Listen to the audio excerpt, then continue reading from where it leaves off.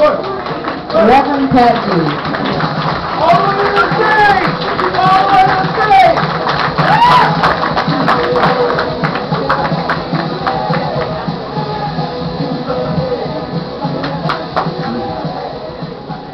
Considering that this is Black History Month, I won't forget the time when one of my PC friends wanted to know who I thought was the greatest African-American man of all time. And I told him I didn't know, but after doing some thinking, I came to the conclusion that the greatest African-American of all time was George Jefferson. Now, anyone who doesn't agree with me can go take a flying fuck. George Jefferson was such a great man that they made a TV show after him, and he became a successful businessman.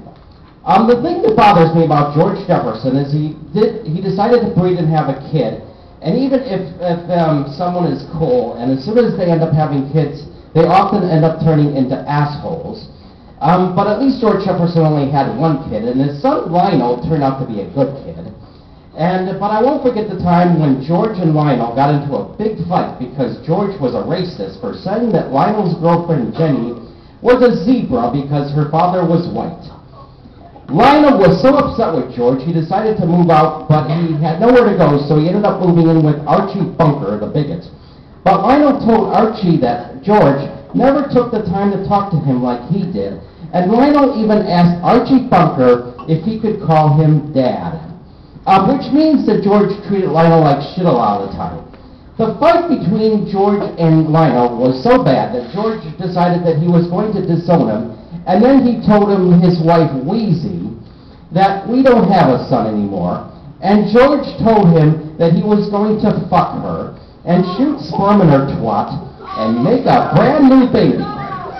Wheezy told George, you better call Parcel Post because I've stopped making deliveries. And I'm very proud of Wheezy because she learned that breeding sucks. So he wasn't perfect, as I wonder what could he have done to be a perfect man. And I realized that George Jefferson would have been perfect if he decided to become a homosexual who enjoyed sucking men's dicks in public bathrooms. I admire George Jefferson so much because he was interested in moving on up because he pulled himself up by the bootstraps and became a dry cleaner. Why the fuck would anyone want to become a dry cleaner?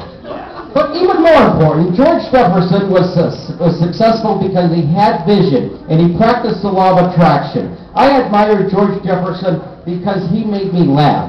Martin Luther King wasn't able to make me laugh in his I Have a Dream speech. I respect George Jefferson more than Laura Ingalls Wilder because he was feisty.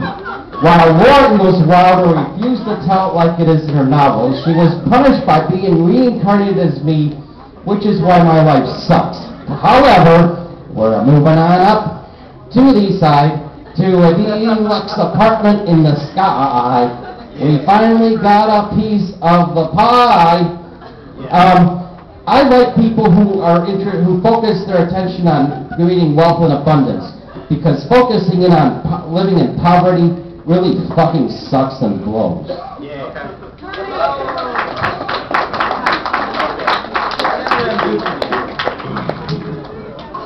All right.